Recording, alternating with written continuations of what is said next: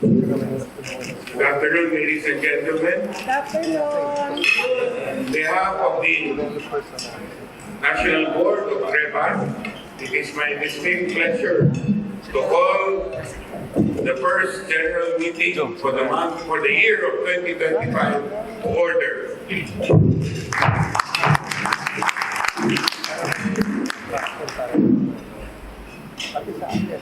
As we gather here today, not only to mark the beginning of another promising year for GMM, but also reaffirm our collective commitment to shaping a dynamic, resilient, and inclusive real estate industry. Many things face us. First, let us take a moment to acknowledge the successes that we have achieved together in 2024. Through the unwavering support of everyone, GMM has indeed made significant strides in advocating policies that promote sustainable development, housing affordability, and investment-friendly conditions. First, last year, if you recall, together we have made the holding of regional conferences a permanent priority to underscore our inclusivity policy, most especially for all the chapters outside of Metro Manila. We strengthened partnerships with government and key stakeholders among our allied industries. We empowered our members also to thrive in an ever-evolving economic landscape. We also amplified our educational programs and the opportunities to make available by our strategic global alliances, most notably NAR and the various forums that was held. We also increased our membership in both the national and chapter levels. We also reactivated our fellowship program, most notably the GMM Golf Club, and held our regular bowling tournaments to promote sports and camaraderie among friends in GMM. And more importantly, we pump up the GMM Advocacy Council by inviting our forward-looking personalities, directors, and officers to address members' housing policy and real estate development and regulations concerns by attending also congressional hearings. These accomplishments remind us of the transformative power of unity and cooperation. Most notably, on the balanced housing and incentivized compliance, we are pursuing two parallel strategies. The first is the regulatory track, which involves pushing for amendments of the existing rules on incentivized compliance. We're happy that we are also asking from time to time former CEO, Commissioner Tony Bernardo, when it comes to this. His guidance on this has been very valuable. And the second track is the legislative track, which involves pushing for amendments of the balanced housing provision of Woodhide itself. Under the regulatory track, we have recently submitted to the SUD our draft amendatory rules to reduce compliance percentage to only 1.5% of the subdivision project cost or 0.5% of the condominium cost. This has been duly ratified by our previous General Assemblies, and we submitted that formally already, which means those that are using the various models for compliance, we have asked that this be reduced further down. So it will now be easier for computation as well on the socialized requirements. Again, may I repeat, it is to reduce compliance percentage to only 1.5% of the subdivision project cost and 0.5% or half a percent if it's a condominium cost. The current implementing mechanism for incentivized compliance, escrow, should be completely dispensed with. Instead, it should simply be a direct monetary contribution to a social housing subsidy fund with Pag-ibig as the fund custodian for use on interest subsidy or other financial support to beneficiaries of the 4PH program. This is another salient feature of what we submitted. Compliance amount should be computed based only on the construction bill of material and an appraisal report on the cost of the rollout at the time of acquisition. This is very important because right now at Missouri, instead of taking our word for it, in terms of the development budget, so that the escrow can be determined, what has been done is they are unilaterally imposing the cost of the development. Well, now, why are they doing that? The net effect of that one is a higher escrow amount that will have to be deposited. So even if your cost is only at 1,500 per square meter, in the computation of the escrow, if the suit says that is not true, this is the standard 2,500 per square meter, that will be the one that will be followed. The net effect of that would of course be a higher escrow amount required. So that's one of the issues that we have been addressing ourselves. We say it cannot be a unilateral imposition, but rather take the word of the developer. But if you do not wish to take the word alone of the developer because it might be self-serving, then the developer can present an attestation of that is the true development cost, so that it would be a fair estimation of the escrow amount. Third, we also suggested that the suit should do away with the current practice of prescribing or using minimum development cost as the computation benchmark for using the current zonal value of raw land. Now, this is another very important aspect. If you bought the land, you did not develop, because it takes about 3 years to actually start developing. The computation is your current value, not on the original cost of the raw land, which again is unfair. So that is one of the things that we have put to their attention. That is all under the regulatory track of things that we have been doing.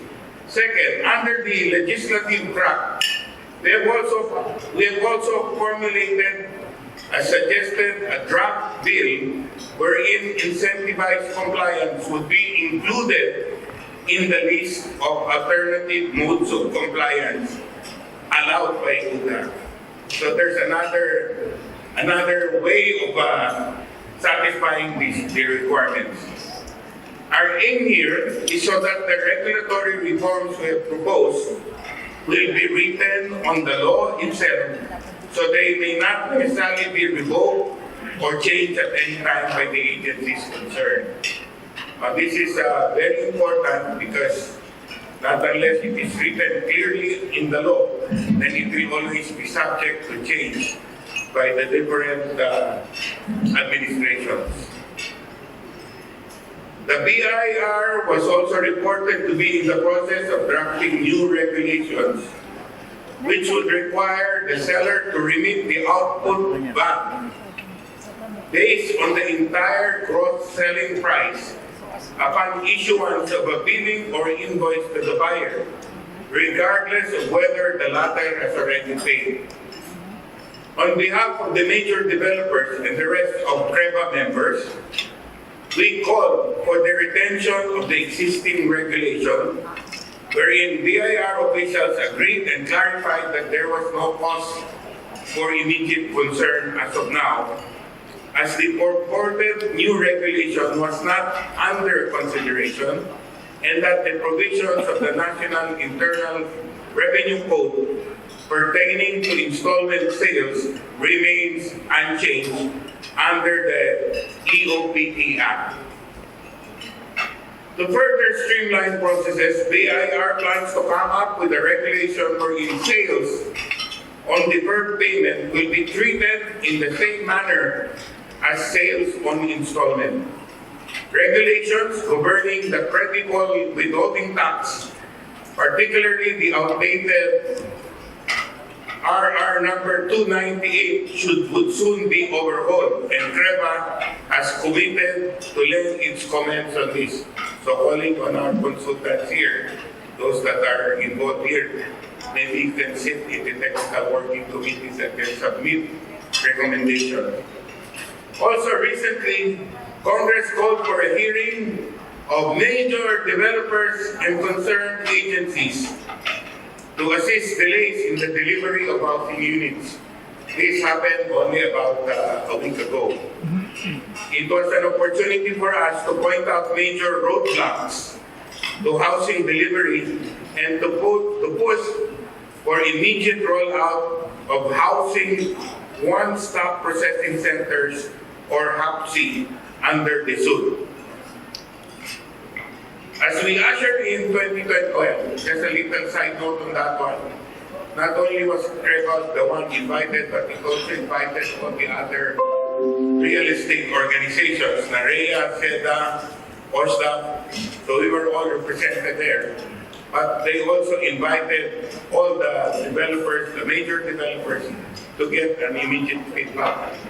We were hoping that in that particular congressional meetup, that the industry issues would be tackled. But it seemed like the committee, there were only 2 congressmen who attended there, the chairman and another congressman. But the conduct of the committee that called for the meeting was, it looked like they were looking for, it was acting like a witch hunt.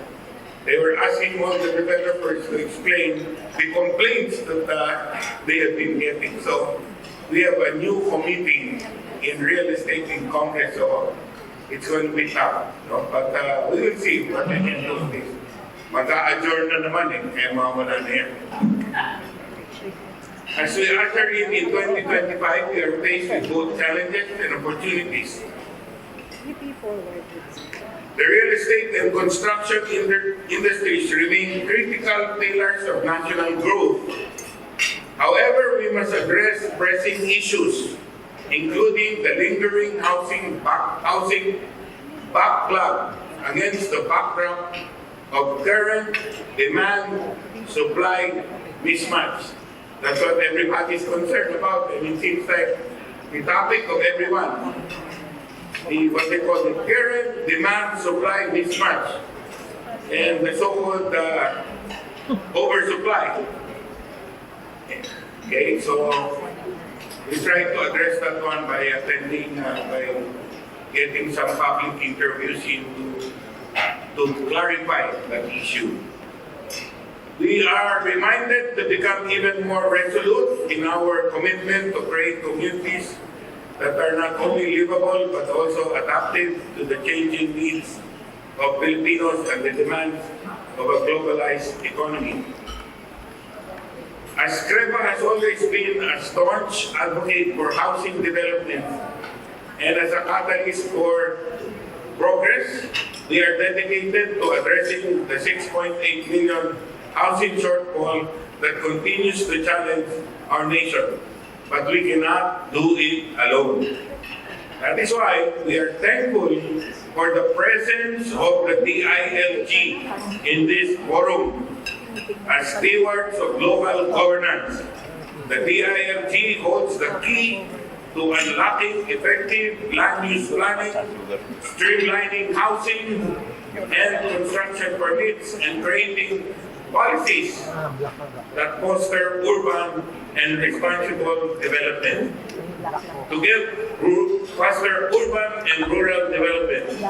Together, we have the opportunity to push for reforms that will empower local government units to work hand in hand with the private sector to address housing needs, especially for the underprivileged. Our central theme for today's forum underscores a fundamental truth. The success of any housing or urban development initiative, especially as one as ambitious as President Marcos' 4PH goals, is grounded in strong partnership with local governments. LGUs are at the front line of implementation. In fact, it starts with you. They oversee zoning, land development, and the issuance of permits, all critical components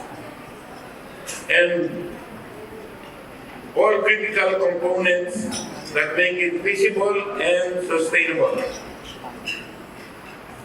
Okay. To CREPA members all over the country, especially to our chapters on the ground, today this is a call for action to start our 2025, despite all the challenges that we face with the bank.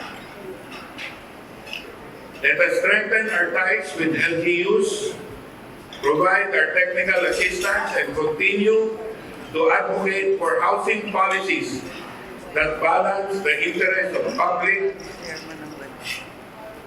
as well as private interests. Let us be proactive partners in nation building, recognizing that every house we build is a foundation for a better future for our countrymen.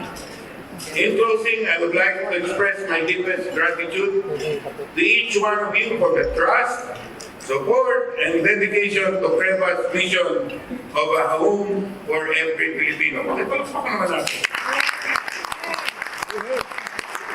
Together, let us build on our legacy of excellence, innovation, and service to the Filipino people. Let us make 2025 a year of transformative growth and meaningful impact, not only for our industry, but for the nation as a whole. Thank you, and I look forward to working again with you all throughout the year. Mabuhay ang CREPA! Mabuhay ang CREPA!